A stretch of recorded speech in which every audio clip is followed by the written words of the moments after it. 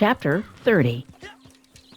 The first good wash Lorena got was in the Nueces River. They had had a bad day trying to fight their way through the mesquite thickets, and when they came to the river, she just decided to stop, particularly since she found a shady spot where there wasn't any mesquite or prickly pear. Jake had had no part in the decision because Jake was drunk. He had been steadily drinking whiskey all day as they rode. He was so unsteady in his seat that Lorena wasn't even sure that they were still going in the right direction, but they were ahead of the cattle. From every clearing, she could look back and see the dust the herd raised. It was a fair way back, but directly behind them, which made her feel reassured. It would not be pleasant to be lost with Jake so drunk. Of course, he only drank because his hand was paining him. Probably he hadn't gotten all the thorn out. His thumb had turned from white to purple. She was hoping they would strike a town that had a doctor, but there seemed to be nothing in that part of the country but prickly pear and mesquite. Damn it all! It was bad luck, Jake having an accident so soon after they started, but it was just a thorn. Lorena supposed the worst it could do was fester. But when he got off his horse, his legs were so unsteady he could barely wobble over to the shade. She was left to tie the horses and make the camp, while Jake lay propped up against a tree and continued to pull on his bottle. "Darn, it's hot," he said, when she stopped for a minute to look at his hand. "I wonder where the boys are camped tonight. We might go over and get up a game of cards." "You'd lose," she said. "You're too drunk to shuffle." You made an enemy today. There was a flash of anger in Jake's eyes. He didn't like being criticized, but he made no retort. Jesus Christ! "I'm going to have a wash," Lorena said. Hellfire! "Don't drown," he said. "Be a pity if you was to drown on your way to San Francisco." It was clear he was angry. He hated to be denied, or to see her take the lead over him in anything. Lorena met his anger with silence. She knew he couldn't stay mad very long. The river was green and the water cold underneath the surface. She waded in and stood chest deep, letting the water wash away the layers of dust and sweat. As she was wading out, feeling clean and light, she got a scare. A big snapping turtle sat on the bank right where she had entered the river. It was as big as a tub and so ugly Lorena didn't want to get near it. She waded upstream, and just as she got out, heard a shot. Jake was shooting his pistol at the turtle. He walked down to the water, probably just because he liked to see her naked. "You are a sight," he said, grinning. Then he shot at the turtle again and missed. He shot 4 times, all the bullets plopping into the mud. The turtle, unharmed, slid off into the water. "I was never no shot with my left hand," Jake said. Lorena sat down on a grassy place in the sun and let the water drip off her legs.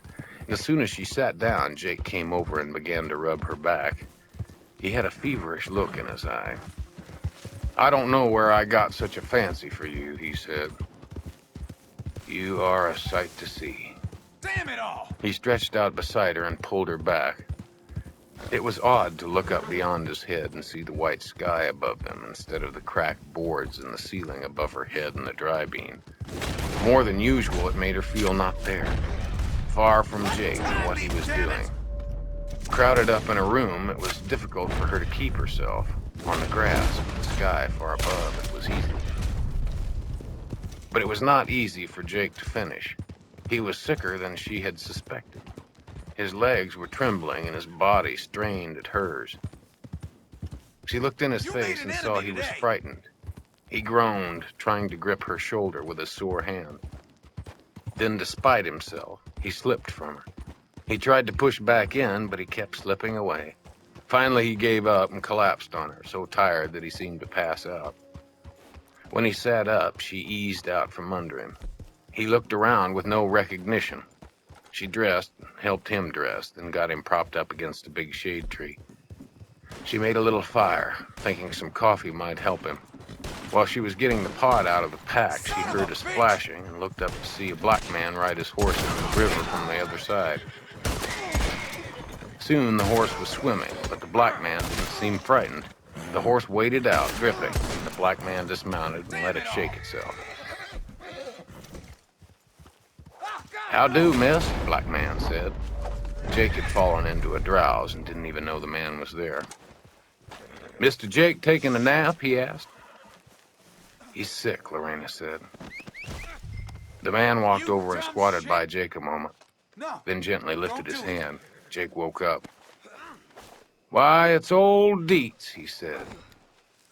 "We're all right now, Lori. Dietz will see us through." "I've been looking for a good place to cross the herd," Dietz said. "Captain made me scout." "Well, he's right," Jake said. "We'd all have been lost 20 years ago if it hadn't been for you." "You full of fever," Dietz said.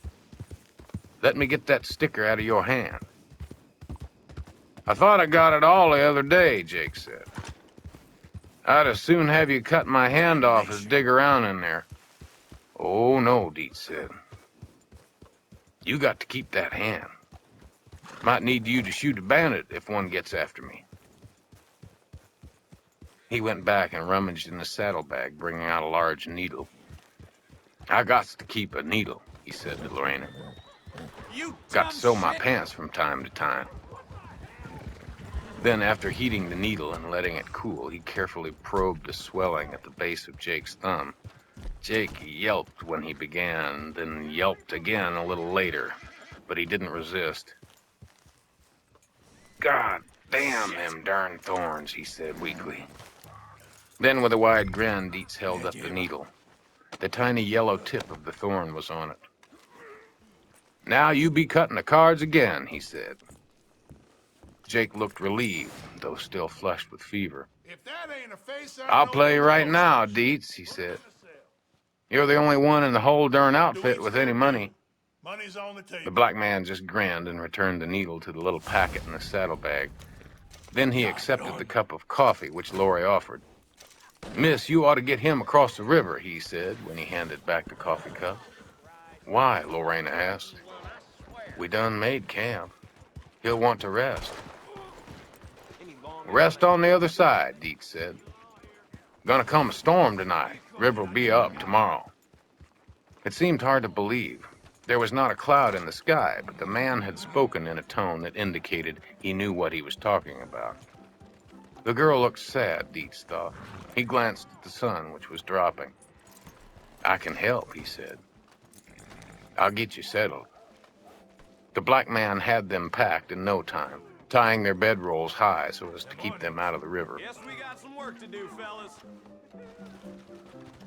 "Darn, we didn't use this camp much," Jake said when he realized they were moving. But when Dietz mentioned the storm, he simply mounted and rode into the river. He was soon across. It was a good thing Dietz had offered to help. Lorena's mare balked and wouldn't take the water. She would go in chest deep and then whirl and climb back up the bank, showing the whites of her eyes and trying to run. Despite herself, Lorena felt her fear rising. Once already, the mare had nearly fallen. She might really fall, trapping Lorena beneath the green water. She tried to control her fear. She would have to get across many rivers if she was to get to San Francisco. But the mare kept flouncing and trying to turn, and Lorena couldn't help being afraid. She could see Jake on the other bank. He didn't look very concerned. The third time the mare turned, the black man was suddenly beside her. "Let me have her," he said. When he took the reins, Lorena felt a deeper fright than she had ever known. She gripped the horse's mane so tightly, horsehairs cut into her hands. Then she shut her eyes. She couldn't bear to see the water coming over her. The mare took a leap. There was a different feeling. They were swimming. She heard the black man's voice talking soothingly to the mare. The water lapped at her waist, but it came no higher.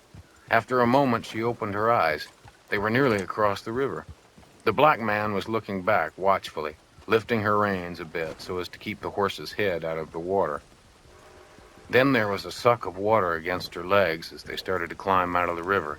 With a smile, the black man handed her back her wet reins. She was gripping the mane so tightly it took an act of will to turn her hands loose. "Why, she's a fine swimmer," Dietz said. You'll be fine on this horse, miss. Lorena had clenched her teeth so tightly she couldn't even speak to thank the man, though she felt a flush of gratitude.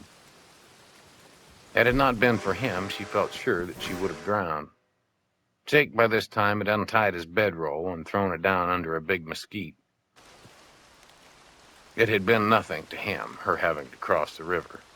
Though the fright had begun to relax its grip, Lorena still didn't feel that she had control of her limbs so that she could simply step off the horse and walk as she had always walked. She felt angry at Jake for taking it all so lightly. Deet smiled at Lorena tolerantly and turned his own horse back toward the river. "Make your fire and do your cooking now," he said. "Then blow out the fire. It's gonna come a bad wind. If the fire gets loose, you might have trouble." He glanced south at the sky. "The wind's gonna come about sundown," he said. "First it will be sand, and then lightning. Don't tie the horses to no big trees." Despite herself, Lorena felt her spirits sinking. She had always feared lightning above all things, and here she was, without even a house to hide in. She saw it was going to be harder than she had imagined. Here it was only the second day, and she had already had a fright like death. Now lightning was coming. For a moment, it all felt hopeless. Better she had just sat in the dry bean for life. It was all foolish, her dream of San Francisco. She looked again at the black man, meaning to try and thank him for helping her across the river, but he was looking at her kindly, and she didn't say anything. All right, fellers, give them what they "I got to paid go for. lead the captain to the crossing," he said. Lorena nodded. "Tell Gus hello," she said. "I'll tell him," Deet said, and rode into the Nueces for the third time.